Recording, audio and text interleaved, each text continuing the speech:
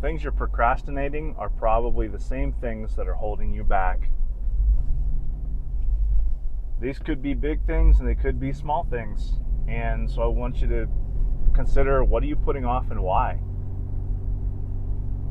And I say it could be big things or it could be small things because I could be talking about the business you want to start, the homework or paper that you need to write.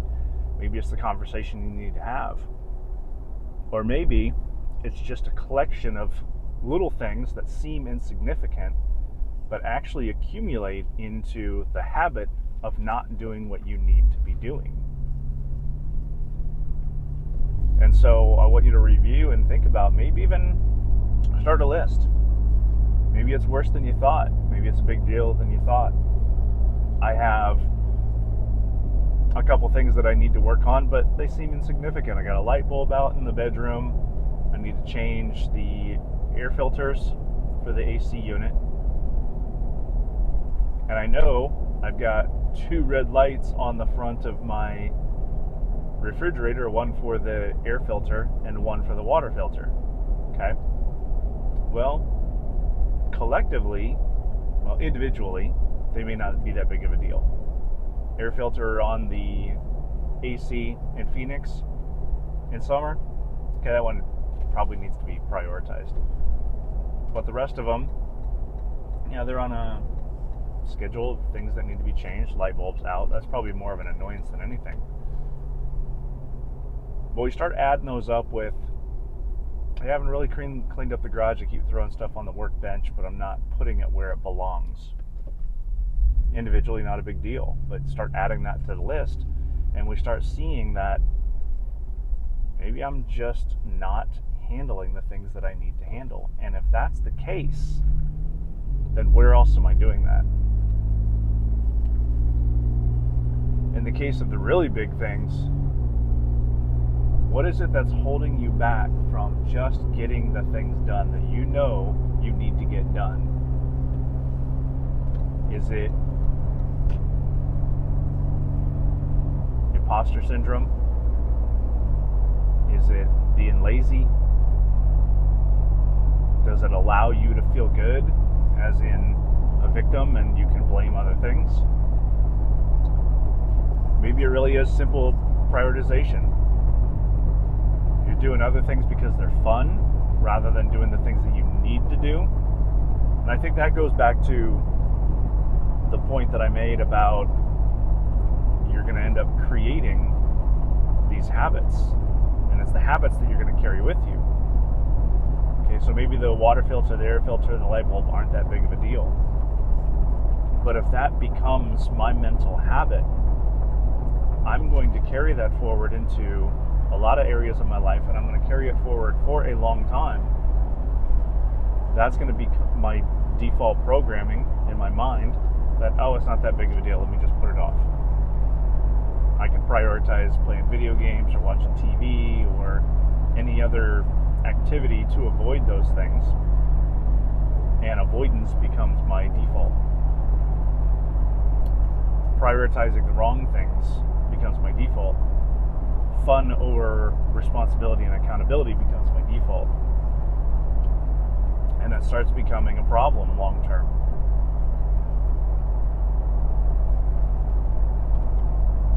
But you think bigger, think of somebody who wants to be successful, business and career, a relationship, and you see the people who are successful. They are the ones doing the things that nobody else wants to do. They're figuring it out. They're prioritizing the little things, they're prioritizing the important things, they're prioritizing the boring things. I have a pool in my backyard. It's Phoenix, Arizona. It's hot, and we decided we wanted a pool, and it's been great. But man, it takes a lot of work. However, the work is minimized if you plan the little things. So when I talk about cleaning the pool, fixing little problems, but mostly it's the weekly adjustment of chemicals. And here's the interesting part. If you prioritize and do the weekly adjustments, they're minor adjustments over time. But if you make a mistake, you mess it up, or you just blow it off, maybe you just don't do it at all, then you have major chemical enhancements that you have to do, which is not necessarily something you want to do in a pool where you're hoping to be able to swim and relax. Mixtures of things like muriatic acid and chlorine and all these special chemicals and deodorizers and conditioners, cleaners. I don't want to have to use any more than I need to. If I keep up on it, it's minor adjustments rather than these major fixes. And so I prioritize twice a week to do some testing and some minor adjustments. In fact, that's on my list of things I got to do this evening when I get home. So I just want you to think about procrastination, prioritization, and the long-term benefits. And think of, start a list. On the left side of the page, write big things that you might be putting off for whatever reason. Maybe it's a difficult conversation with somebody. Maybe it's opening that bill and just getting it paid for. On the right, it's the little things. It's the light bulbs, it's the air filters, it's the water filters. It's whatever's going on in your life that requires little bits of attention over a long period of time, or a whole bunch of things that need to be done that collectively seem overwhelming and you'd rather just watch TV. Or maybe you are killing it and it seems like your to-do list is never ending. I get that one too. Prioritizing is going to help you out. Scheduling is going to help you out.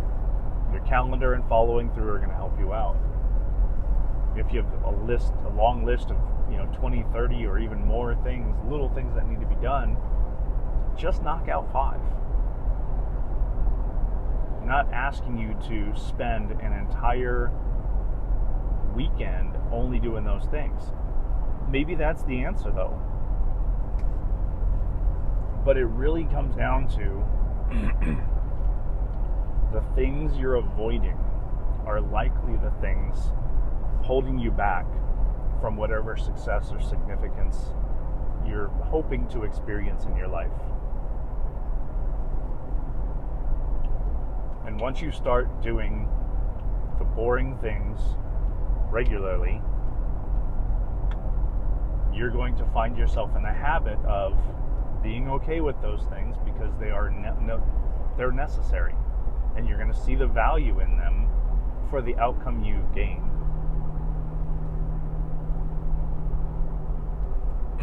But I also want you to consider another perspective, and this is one that people either don't agree with, don't like, don't think about. But sometimes it could be a fear of success. I've heard that in a couple places, and people think it's